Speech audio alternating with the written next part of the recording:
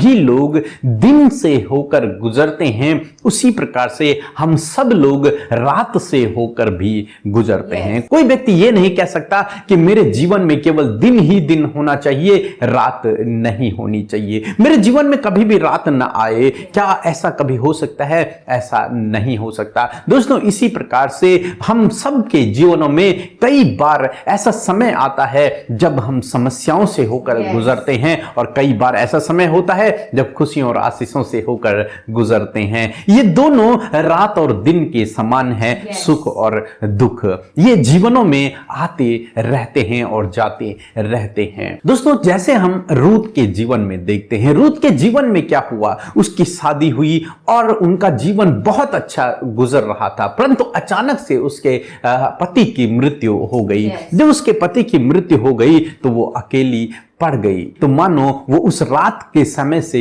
गुजरने लगी हो, मानो उसके दिन का अंत हो गया और वो अब रात के समय से गुजर रही है। परंतु हम उसके जीवन में देखते हैं, उसने ये नहीं सोचा कि यही मेरे जीवन का अंत है, यही मेरा जीवन समाप्त हो जाएगा, अब मुझे जीवन भर इन दुखों से होकर गुजरना पड़ेगा।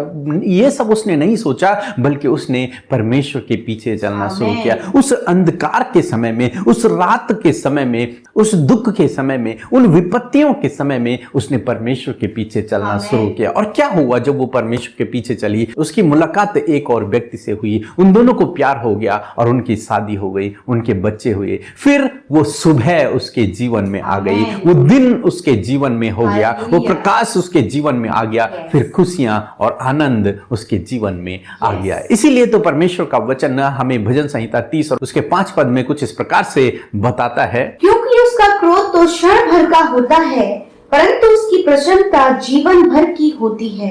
कदाचित रात को रोना पड़े, परंतु सवेरे आनंद पहुंचेगा। आमीन।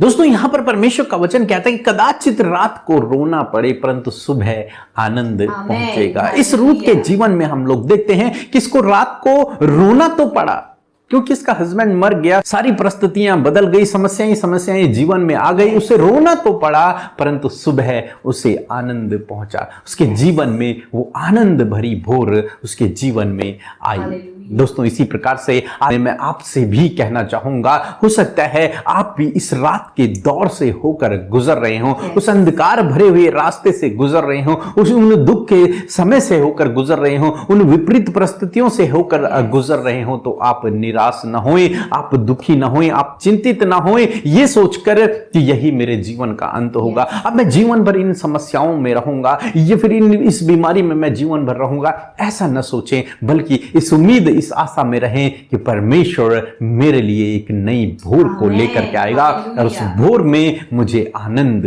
पहुंचेगा। वो सुबह मेरे जीवन में आएगी जब इस रात का अंत हो जाएगा, जब इन दुखों का अंत हो जाएगा और मैं आशीषों को देखूंगा, मैं खुशियों को देखूंगा। दोस्तों, जब आप इस प्रकार का विश्वास रखते हैं तो ठीक रूत की तरह परमेश्वर आपके जीवन को भी आशीषित करेगा और आपके जीवन में भी उस सुबह को, उस दिन को जो आनंद और खुशियों और आशीषों से भरी होगी, वो आपके जीवन में लेकर के आएगा। तो इसलिए आप निराश न होएं यदि आप रात के समय से होकर गुजर रहे हैं, यदि आप जीवन में ऐसे अंधकार भरे हुए रास्ते से गुजर रहे हैं। बस ये कुछ ही समय के लिए है और सुबह होनी निश्चित है, दिन का होना निश्चित है। ऐसा नहीं होता कि जीवन भर हम रात ही रात में रहें, नहीं, हम कुछ घंटों के लिए रात में रहते हैं, 12 घंटे के लिए रात में रहते हैं, या फिर 7-8 घंटे के लिए रात में रहते हैं और फिर सुबह हो जाती है। ऐसे ही आपके जीवन में भी वो सुबह होगी। आप कुछ ही समय हैं जब आप इस परीक्षा से होकर गुजर रहे हैं, इस संकट से होकर गुजर रहे हैं, उसके बाद आपके जीवन में